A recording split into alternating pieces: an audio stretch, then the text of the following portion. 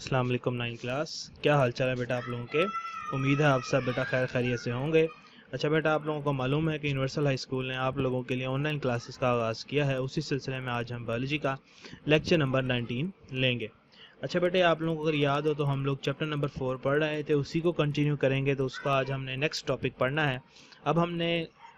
अब तक हम लोगों ने सेल के बारे में पढ़ लिया है कि सेल कैसा होता है, उसके स्ट्रक्चर्स कैसे होते हैं।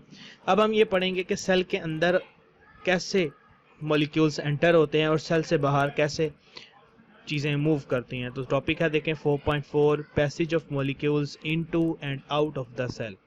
ठीक है बेटे, अपनी बुक्स ओपन कर लें शाबाश, ताकि हम अपने टॉपिक को स्टार्ट कर सकें। और याद रखें बेटा, ये हमारे पास लॉन्ग क्वेश्चन के तौर पे टॉपिक आता है। अच्छा बेटा, उम्मीद है आप लोगों ने अपनी बुक्स ओपन कर ली होंगी, पेंस निकाल ली होंगी।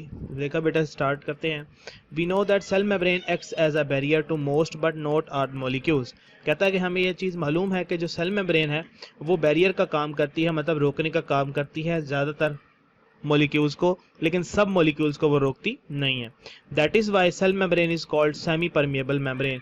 और इसी वजह से हम सेल मेम्ब्रेन को क्या कहते हैं, सेमी परमिएबल मेम्ब्रेन। देखिए आगे लिखा हुआ, कहता है cell membrane maintain equilibrium inside cell as well as outside by exchanging matter within cell environment according to the needs. कहता है जो सेल मेम्ब्रेन है वो अपने अंदर और बाहर इक्विलिब्रियम रखती है। इक्विलिब्रियम कैसे रखती है?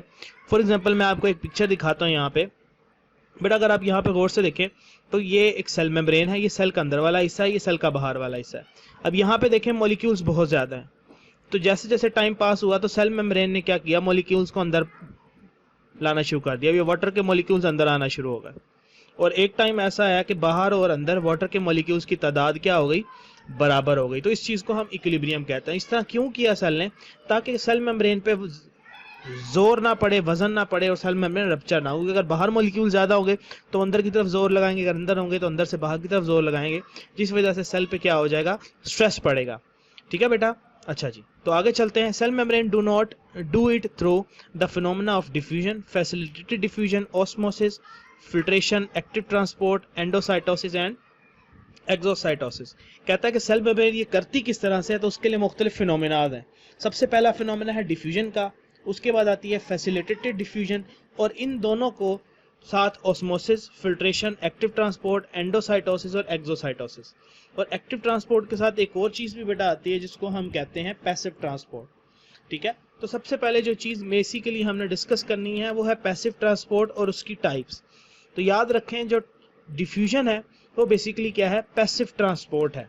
ठीक है, वो क्या है, पैसिव ट्रांसपोर्ट है। अब पैसिव ट्रांसपोर्ट क्या होती है बेटा? ऐसी ट्रांसपोर्ट यानी सेल के किसी अंदर किसी चीज का आना और सेल के बाहर किसी चीज का जाना without the expenditure of energy, कि सेल को कोई एनर्जी ना लगानी पड़े और मॉलिक्यूल्स खुद ब खुद ही सेल के अंदर आ जाएं और खुद ब खुद ही सेल के क्या हो जाएं, बाहर चले जाएं। तो इस चीज को हम क्या कहते हैं, डिफ्यूजन कहते हैं। ठीक है बेटा, तो हम स्टार्ट करते हैं डिफ्यूजन, और डिफ्यूजन ही हमारे पास क्या होती है, पैसिव ट्रांसपोर्ट। तो देखें बेटा, लिखा हुआ diffusion is the movement of molecules from the area of higher concentration to the area of lower concentration along the concentration gradient. The molecules of any substance, solid, liquid or gas, are in motion when that substance is above 0 degree centigrade. और kelvin की हम बात करें तो 0 degree kelvin और -273 degree centigrade in a substance, majority of the molecules move from higher to lower concentration, although there are some time that they move from low to high. Their overall or net movement is thus from high to low concentration. Eventually the molecules reach a state of equilibrium where they are distributed equally throughout the area. वो क्या कहता है बेटा, वो basically इस diagram के बारे में बता रहा है कि जो हमारे पास मॉलिक्यूल्स हैं वो गैस के हों, सॉलिड के हों या लिक्विड के हों, जहां उनकी तादाद ज्यादा होती है हायर कंसंट्रेशन, और वो कहाँ पे मूव करते हैं, जहां उनकी तादाद क्या है, लो।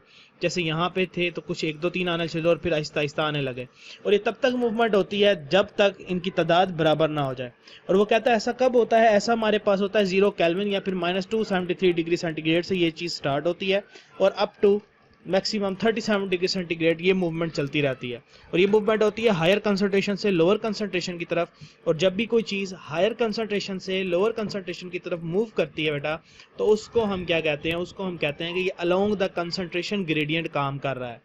तो जब भी movement along the concentration gradient होती है तो उसको हम क्या नाम दे देते हैं बेटा, उसको हम नाम देते हैं डिफ्यूजन का।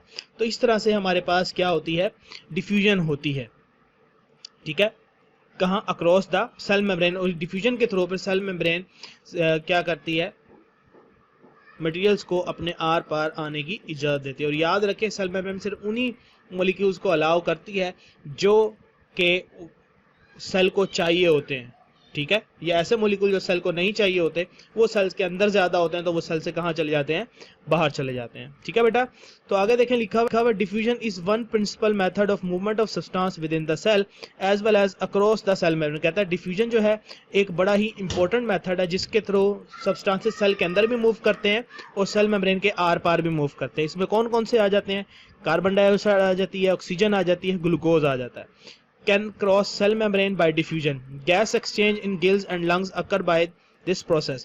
कहता है जो गैसियस एक्सचेंज होता है गिल्स में और हमारे लंग्स में भी, वो भी डिफ्यूजन के थ्रू होता है। Movement of glucose molecule from intestine lumen into the blood capillaries of villi is another example of diffusion. कहता है जो ग्लूकोज के मॉलिक्यूल्स इंटेस्टाइन ल्यूमन मतलब हमारी स्मॉल इंटेस्टाइन के अंदर मौजूद होते हैं, वो हमारी ब्लड कैपिलरीज में थ्रू द विलाए जाते हैं, वो भी डिफ्यूजन के थ्रू होता है। कहता है because a cell does not expend energy when molecules diffuse across its membrane, this diffusion is the type of passive transport. तो डिफ्यूजन बेसिकली क्या है, पैसिव ट्रांसपोर्ट की टाइप है।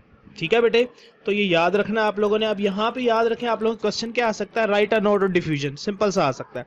या फिर बेसिकली ज्यादातर ये जो क्वेश्चन आता है कि write a note on passive transport या write down the types of passive transport.